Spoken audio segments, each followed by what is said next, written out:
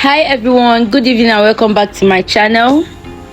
I'm sure everyone has been expectant of a summary of all that happened today at the tribunal, so I bring you good tidings.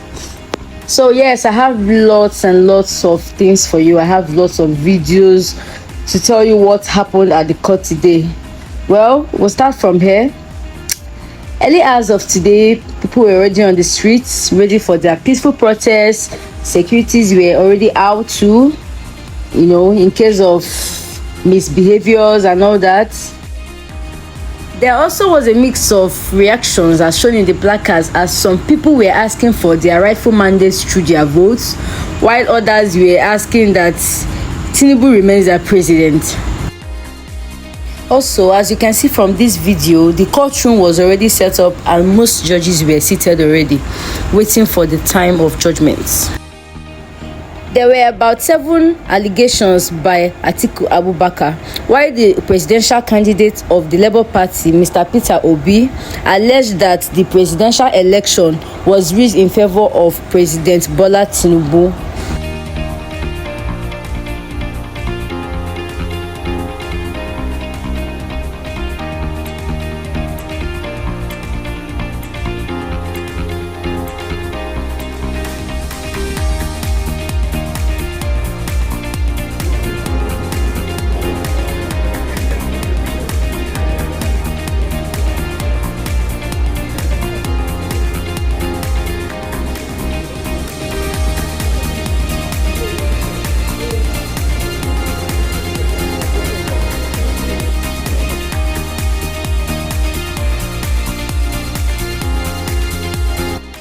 As you can see, the courtroom is already set.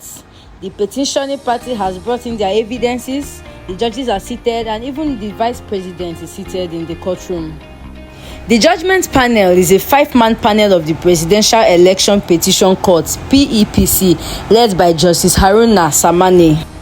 The face of the judge who delivered the judgment refused to be shown, but instead a sketch was given. While the court was on about his business, Tinubu's popular dog, Asari Dokubo, was spotted outside the court premises live and direct, where he said he was waiting for P2B supporters to show up.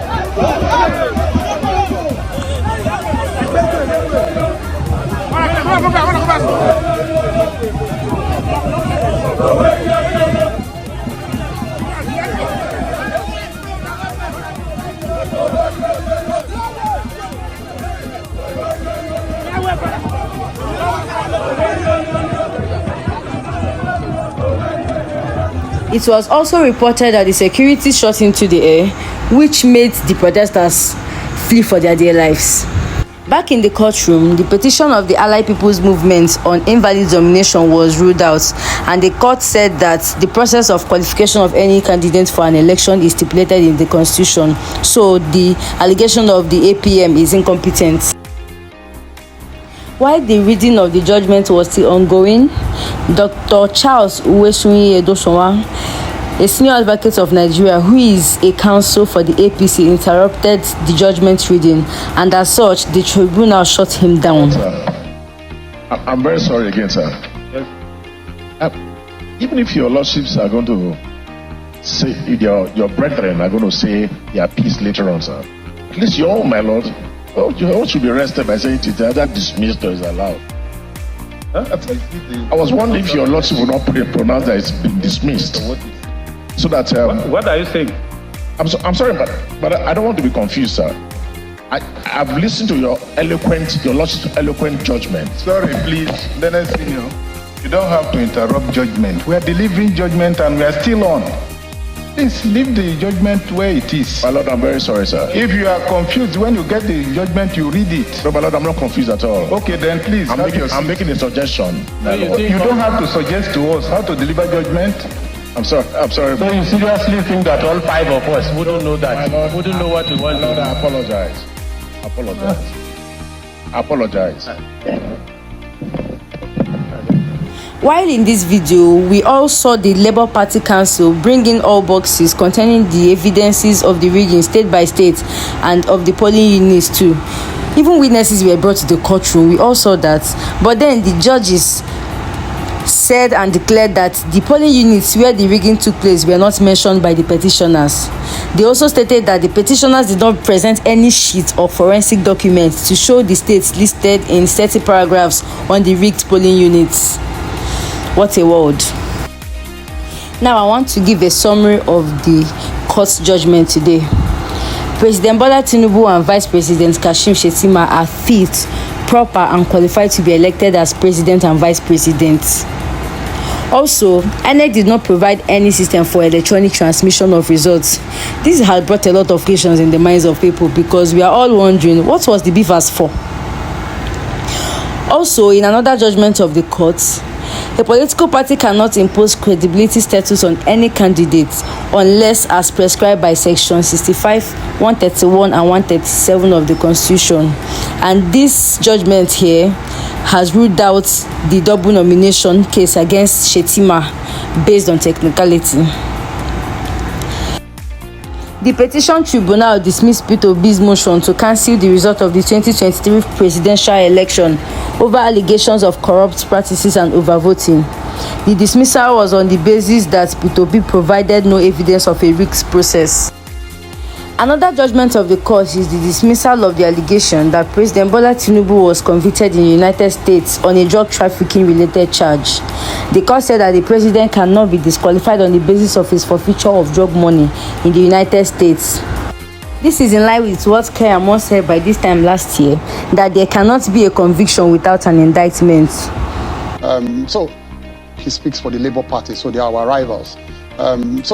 But his opinion really, well, he got half of it right to say there's no conviction.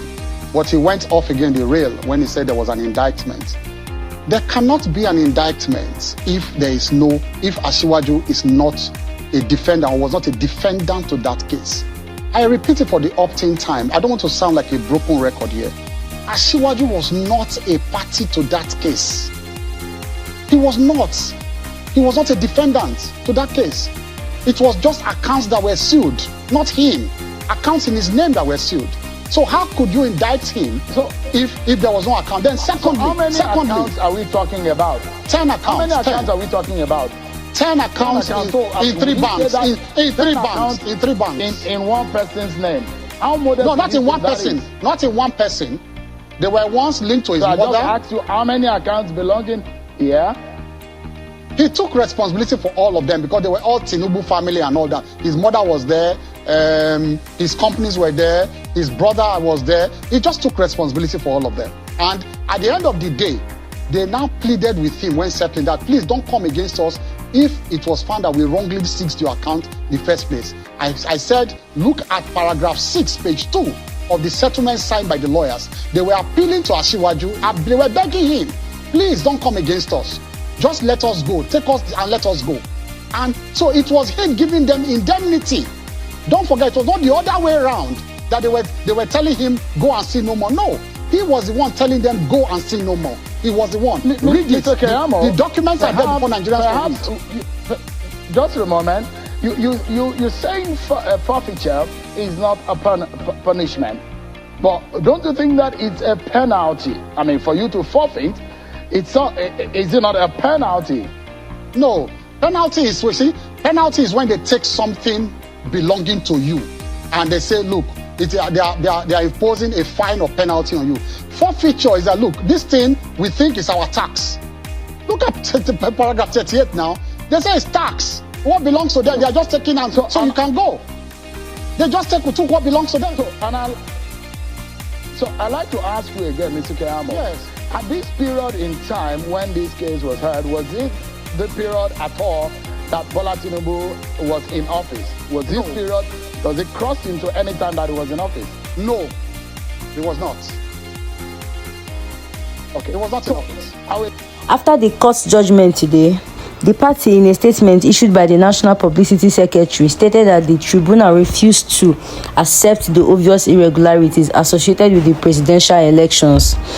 They said the judgment of the 5-man panel of the Presidential Election Petition Court, led by Justice Haruna Samani, did not reflect the law and the desire of the people, and hence they rejected the judgment.